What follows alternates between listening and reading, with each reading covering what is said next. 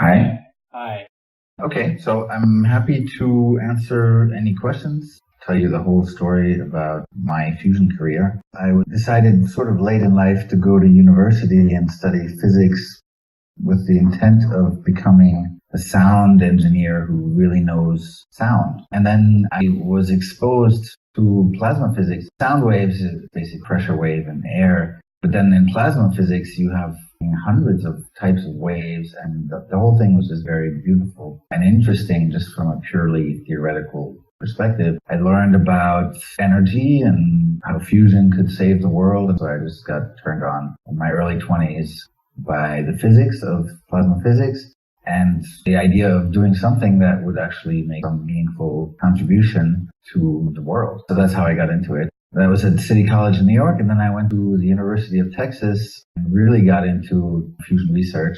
It's all basically tokamaks, and they had just cut their tokamak program in Texas. It means there was this giant tokamak. It was a graveyard, and I realized there's not any real interest on the parts of governments or corporations to actually make it happen. Do you remember the name of the tokamak?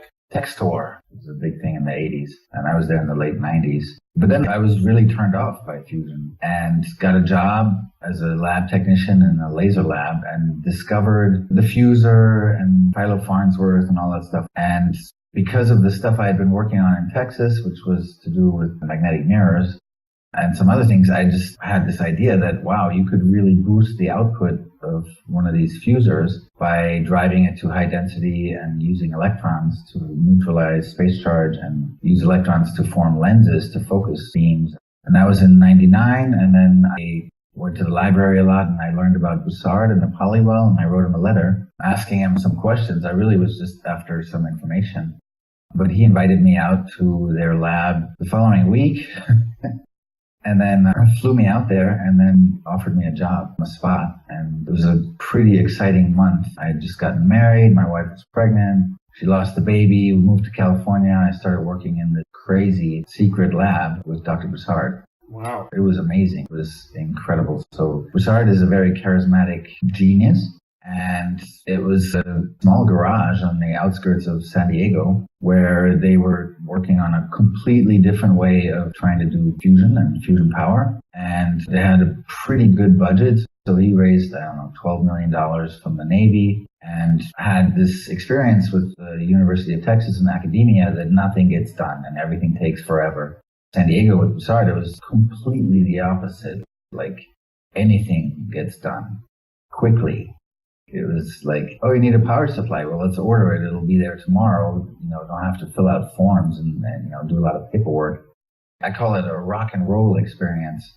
It's like, well, we need a power supply that can power a magnet with 1 megawatt of power. And the whole thing has to be floating at 100,000 volts off of ground. And there's not enough power in the building. So how do we do it? Well, we'll just buy 800 high performance batteries from boats and put them in a wooden stack, piled up to the ceiling. And we'll buy these copper bus bar switches that we can use once in an emergency to interrupt the current. And we bought two, one to test that it works and destroyed everything in the process. The switch melted. It was molten copper all over the walls. It was insane.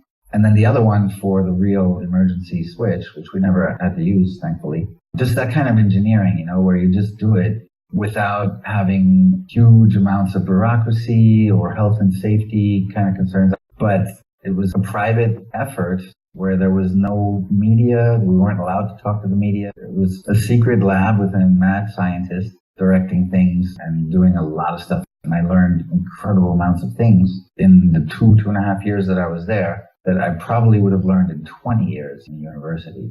It's really like, I don't know how this works. We'll go find out. Go to the library at UCSD. The internet was really coming up, so you could really find information quickly, download any kind of paper that was ever published. It was amazing.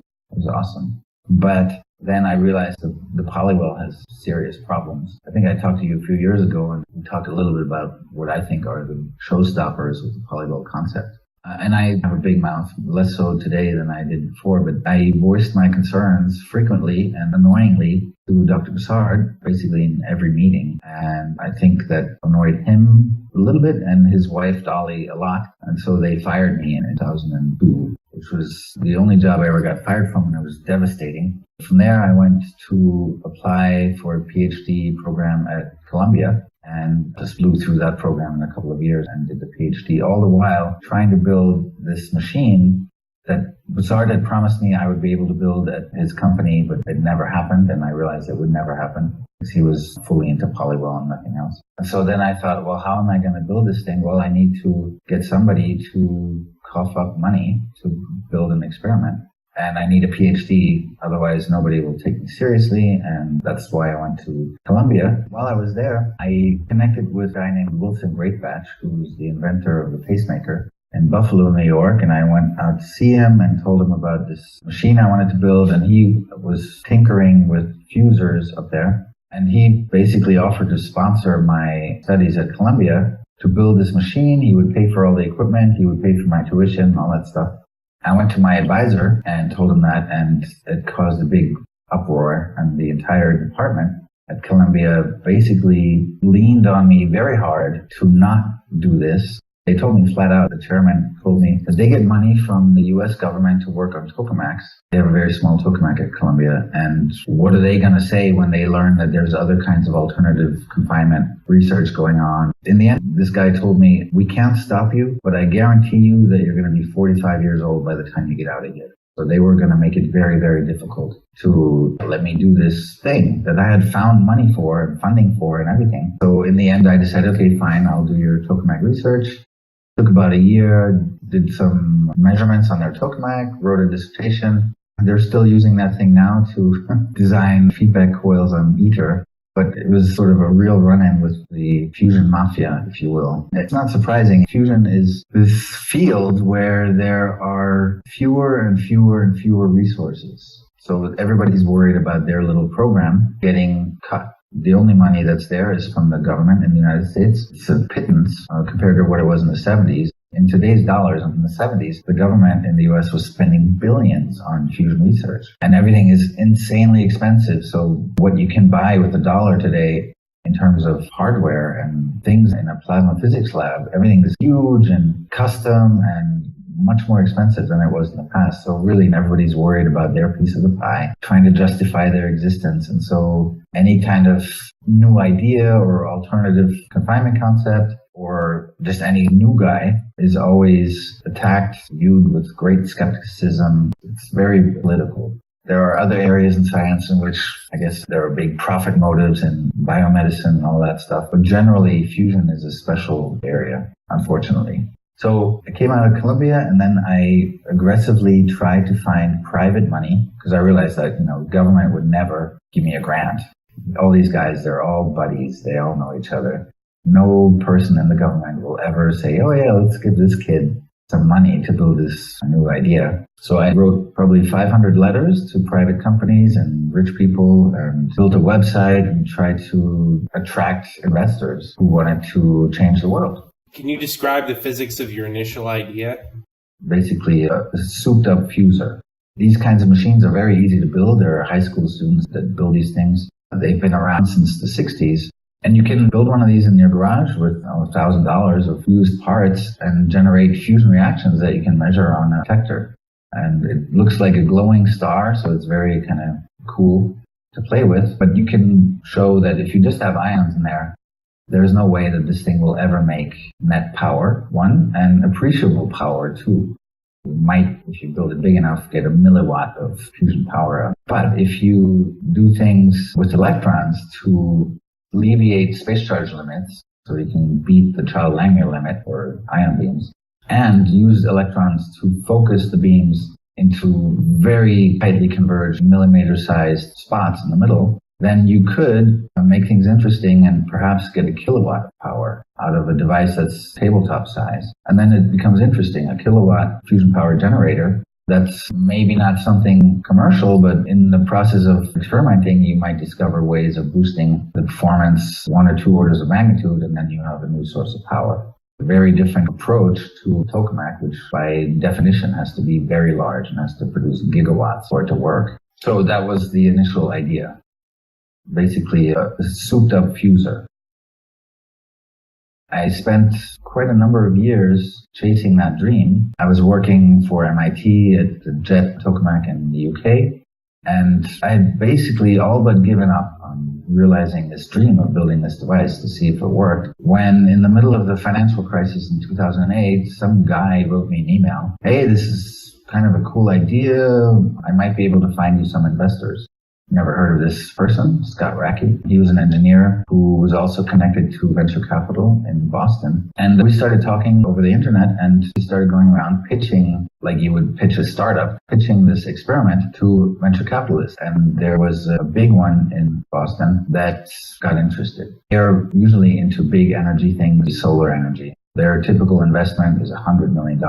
We were trying to get a few $1,000,000, which for them was small potatoes, and they did a lot of due diligence. So they hired experts from the fusion community to try to debunk the science that I had come up with. I've written all these things and calculated all sorts of stuff using Mathematica, and I had to do 8 separate conversations, each one several hours long, with various experts who had studied my calculations to try to find a flaw or a mistake or something. And in the end, I had to talk to the arch nemesis of inertial electrostatic confinement at Lawrence Livermore, Bill Nevins. He's the guy who wrote a very serious paper that claimed that beam fusion could never work. And we were on the phone. The guys called and said, oh, he's available. Let's do it now. And so I was super nervous. Bill Nevins turned out to be a really, really nice guy. And we talked for 2 hours with the investors listening in the background. And I convinced him that this machine had a shot.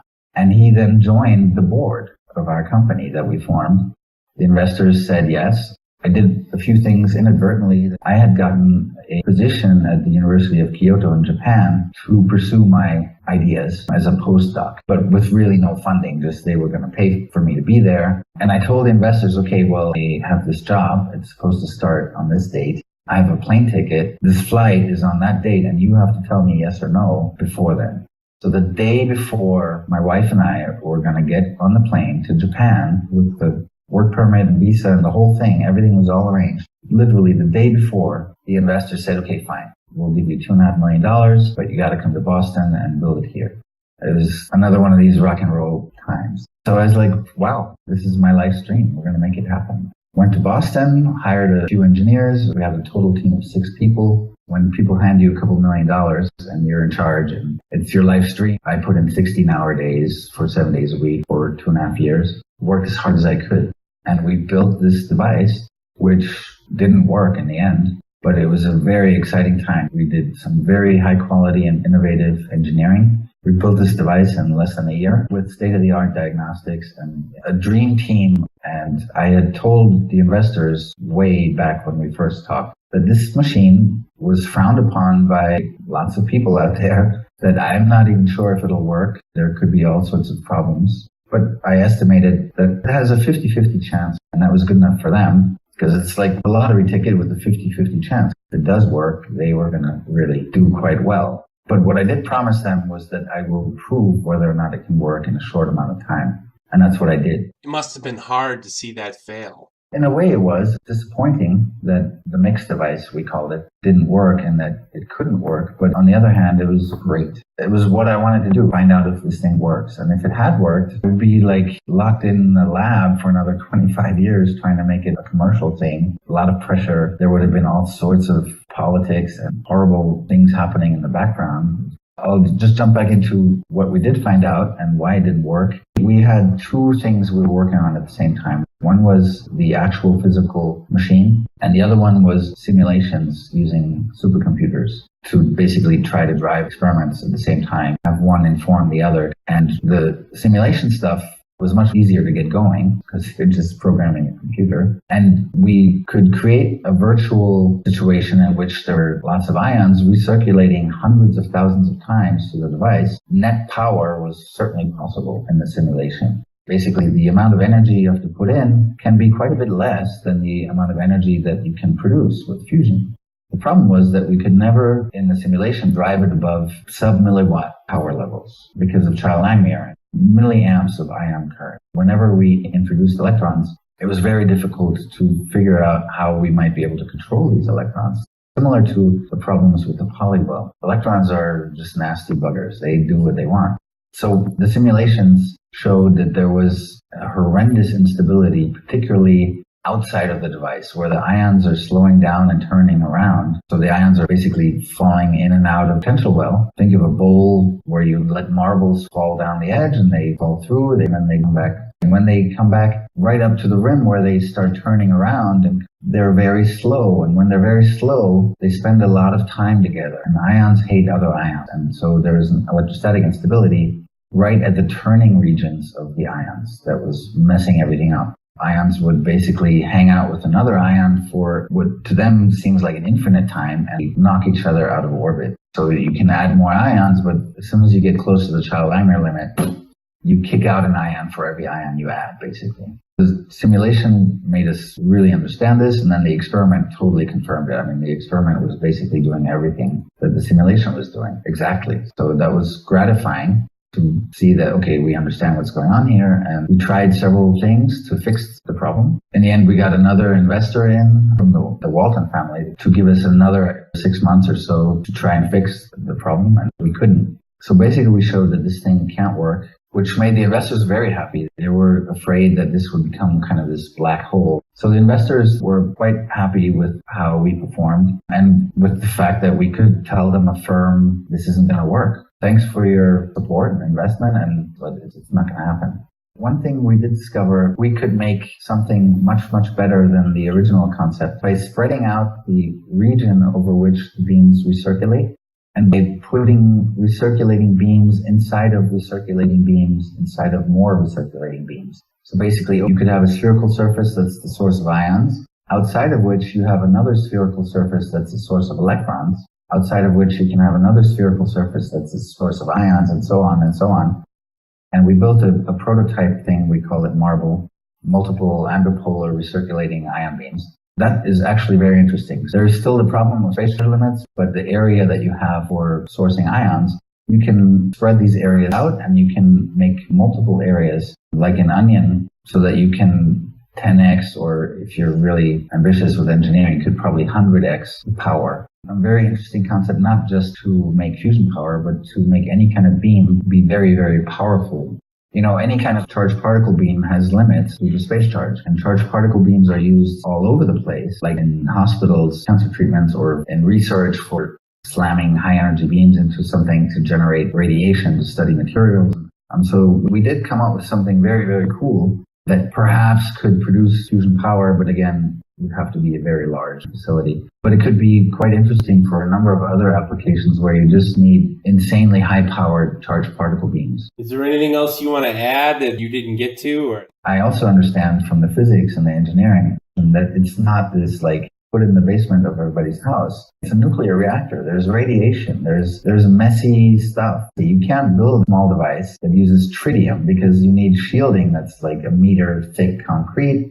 You need an infrastructure to recycle tritium and recover it. So just from the nasty radiation and radioactive isotope perspective, you've got to build a big device. So even if you had some device whose physics allows small power generation, the fact that it's a nuclear reactor means that you can't let everybody have it. Something big and bulky. It'll still be centralized power plants controlled by big corporations and governments that run lines out to people's houses that are metered, and looking at all the, not just the how do you make fusion energy problems, but how do you make it useful and make it safe, everything that's involved. I just realized that it's not this panacea that some people might think it is. Okay, have a good night. all right. Bye. Bye.